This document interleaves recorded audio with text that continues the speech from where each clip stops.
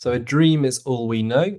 This is my pick. It's also the second time. First time we've had an artist on for the second time, and Kylie a year ago selected Lemon Twigs when I'd never Lemon heard of them. Twigs. Lemon Twigs. Maybe they should change to all the Lennon brothers as we've done in that very Yeah. funny video which we shared with who was that with the video? It was Anthony Fantano, yeah. Anthony Fantana, yeah, Yeah. he was pretending to interview them and just messing up by calling them the Lennon brothers. But yeah, so year on, fair play. Your pick from a year ago is now my pick this year, so you have a bit more room. It's basically giving you de facto two picks this month, and also was lucky that the album actually dropped through on the email, so I also was able to review this one. So did that sort of end of April. So this has been now feels a very long time ago since first diving into it, and you can read the thoughts on the 5 to 9 blog. Another push if you wish. But to summarize, last year with Everything Harmony was just a fantastic album, which just grew and grew on me by the end of the year. One of the few actually which kind of went up in my estimation from my original feeling on the album. And here I wouldn't say it's quite as good as Everything Harmony, but I don't think it's far off. It's probably a little bit more straightforward. You got 12 tracks, and I'd say there's perhaps not as much variety as there was with Everything Harmony, which went through so many different genres and styles. But they've kind of found their sound for A Dream Is All We Know. I mean, it was all done, I think, was it analog? There was a certain way they recorded this, apart from one of the songs which was recorded with Sean Lennon in his New York studio, which was not done in such the same way, but essentially a way where you can get the instrumentation so that it's quite faithful to that sound from the 60s and 70s, which very much their music harks back to. All of the leading tracks going into this album I really enjoyed, and as we discussed right at the beginning, the first track dropped, but basically the first single I heard this year with My Golden Years, which was a very pleasant surprise, and even more so that the fact that they were returning 12 months later with a follow-up to Everything Harmony. So that one was great track. You got the Beach Boy vibes, very sunny pop song. And then They Don't Know How to Fall in Place. You got some jangly sharp guitar there, of course, lush harmonies, which is almost their USP, and quite a nice piano in the bridge on that particular track. A Dream Is All I Know is just such a rousing anthem of theirs, and yeah, clearly is the title track and what they're aiming for here, where they're just essentially saying life is a dream, and that's a maybe slightly self referential in terms of that they've carved out this niche in this day and age from an era 40-50 years which precedes them.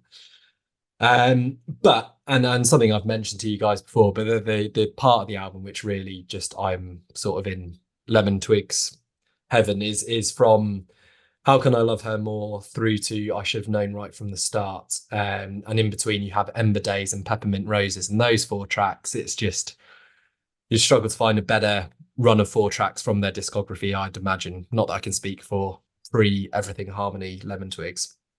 But yeah, I mean, the best of Beach Boys, the best of the Beatles. Even in Peppermint Roses, I felt slightly System of a Down like with the vocals, how they kind of convey them. And I Should Have Known Right from the Start is just my absolute favorite track off here.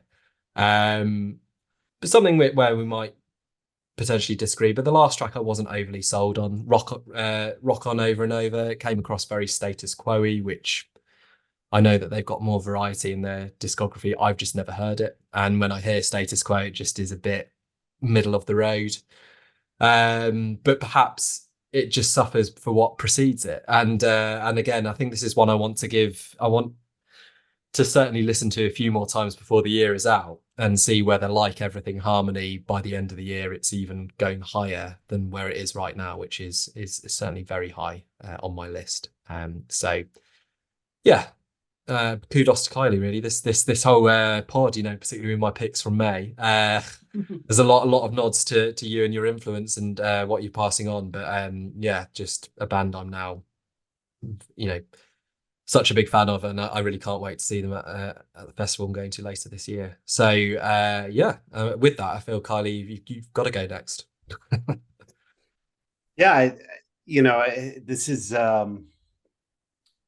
I feel like A Dream Is All We Know is the summer to Everything Harmony's fall from last year.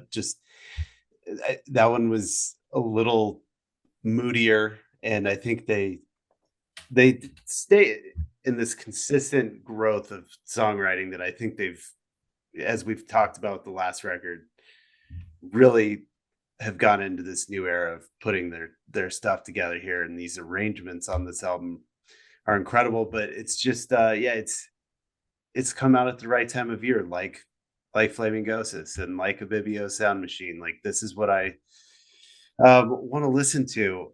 I think I want to talk about Rock On Over and Over, which closes out the album. Just because I love this entire thing, but for me, in a strange way, that is my favorite track on this record.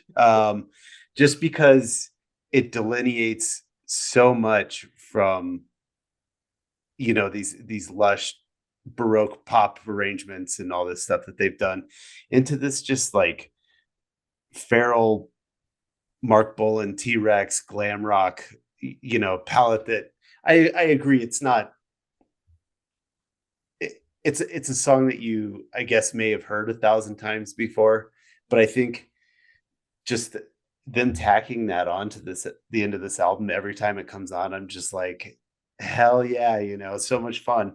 But yeah, with you as well, Peppermint Roses, I should have known right from the start. How Can I Love Her More? Like, the B-side to this, I think we listened to the singles enough before it came out to really get the vibe. But yeah, the second half, the only thing is on Ember Days, like sometimes the lyrics, the ones of us on the factory lines or whatever, it just makes me laugh that these like, young dudes from middle class Long Island are talking about. I know it's metaphorical, but it makes me laugh every time. But yeah, and then I think T-Rex, there's a little ELO, but they're kind of, while there is a lot of Beatles and Beach Boys on here, especially In the Eyes of a Girl, that's like just classic Brian Wilson right there, old school, amazing. But this is the development from the last record where their influences, what they're going for, but they're just, the lyrics and the arrangements are so good that they're just hitting this next level. And I don't know. Let's see if they can make it 3 in a row, because I think this record's phenomenal. 3 in a row in terms of your album of the year? No, for Endless Harmony. Well, that could be 2. I'm not sure.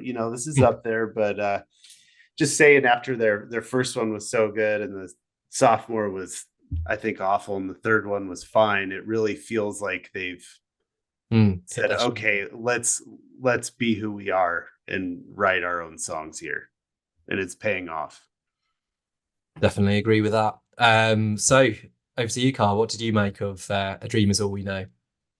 Yeah, I just got reminded of that when you were just going through the albums there. What was the album with the monkey? There was something with a Go monkey. to School. Go to School. Yeah, it was a concept about a monkey go to school. It's awful. Yeah, I remember you talking about that album last year, and I was like, I still need to listen to that album just because it sounds so ridiculous. Maybe it's time for me to go back after loving these two so much and see if I've changed my opinion on it. But yeah, we'll do a Redux review of it. Yeah. monkey going to school. But yeah, Yeah. I mean, for me, yeah, last May was like the first time checking in with these guys since Do Hollywood, and yeah, you know, safe to say, was blown away, similar to you guys, by how much they had matured, you know, come on since that record. I kind of said at the time, you know, Everything Harmony felt like an instant classic, and I think a year on, it feels even more like one. I think, considering what it's done for them, their career, you know, winning a lot of new fans off that record as well. You know, just what more can we say about that one? But you know, it just added to the expectation. You know, for this one coming out exactly a year later, you worry it's, you know, is it them rushing an album out to, you know, capitalize on their momentum? You know, surely it's not going to be anywhere near as good. But, you know, while I think, you know, like you guys, I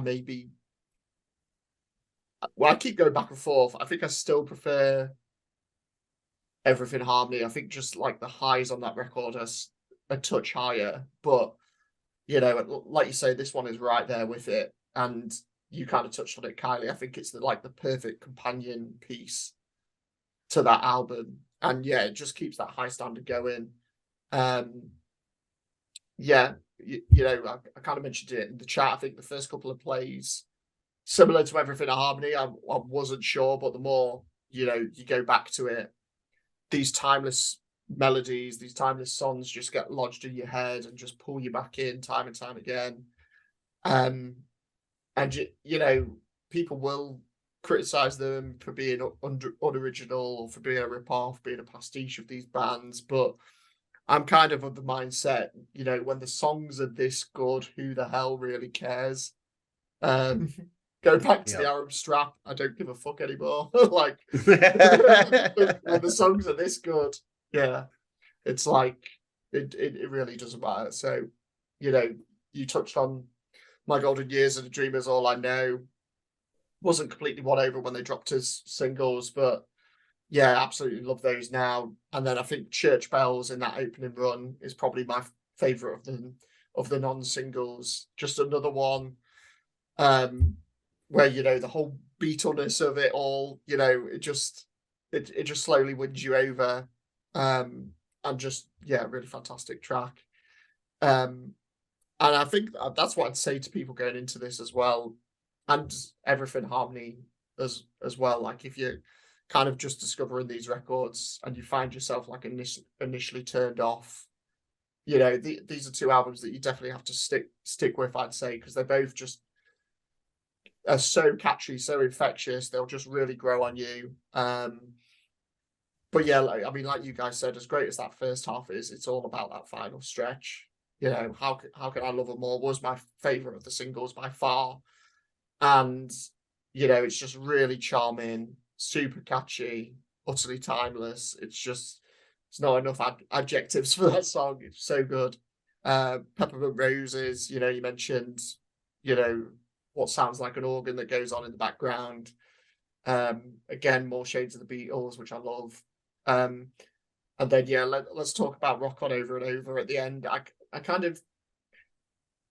I have to stop myself singing like the Status Quo lyrics every time. Like, you know, I like it. Like from rock. As soon as that guitar comes in, like I just want to sing "Rocking All Over the World." But even with that, you know, it's just a great way to end the album, and maybe kind of hints at where they might be going with the next one. I don't know, but you know, I'm quite jealous of you, Andrew, going to see them, because it's, you know, that's one that I can see is going to go down a storm live as well. It's just a really fun track, and like I say, a nice way to round up the record. So I won't go on much more, because I think between the three of us we kind of covered how much we love it. And like I said, I think if you asked me to pick between Everything in Harmony and this one, I think, yeah, Everything in Harmony just about edges it, but it's one of those where I kind of keep flip-flopping depending on which one I listen to last. So, you know, ultimately this one's right up there too. And I think they're just having like a really purple creative patch.